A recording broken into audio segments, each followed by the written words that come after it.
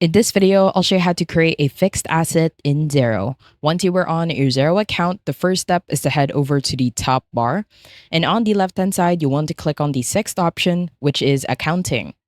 Now, below accounting, you want to head over to the accounting tools section. And down below, you want to click on fixed assets.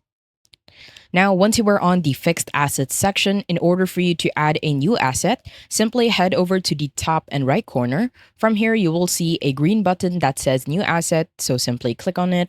Now that will take you to the new asset section wherein you need to add your asset details. On the asset name, you want to set an asset name. I will set my camera. You can also specify the exact camera. Let's say this is a DSLR. Now at the bottom, this is where you can set a purchase date. So if you click on the tab, in here you can add a month as well as a year. It doesn't have to be the year today. Let's say this camera was bought last year on the 1st of April. On the right hand side, you want to set the purchase price. Let's say the purchase price was set to be about 600. At the bottom, this is where you need to add an asset type. So for the camera, if we click on the drop down for the asset type, we have here the computer equipment or the office equipment. This is an office equipment, so I will add my office equipment type. At the bottom, you can simply add a new asset type. When you do that, you need to add the asset type. On the account, you want to set it either your office equipment or from all of your accounts within your assets. You also want to add an accumulated depreciation account, and you also want to add a depreciation expense account.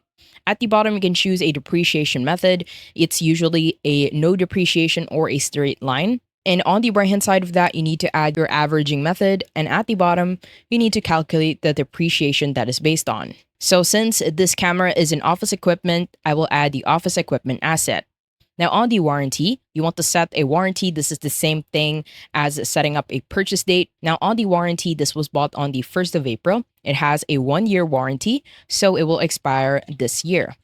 On the right hand side, you want to add the serial number of the warranty. I will just simply add it in here. On the right hand side, if you have your tracking options, it will also pop up in here. My tracking option is a region, so it will automatically show on this tab. At the bottom, you can also add a description for this fixed asset. Now on the book value, this is where you need to add a depreciation start date.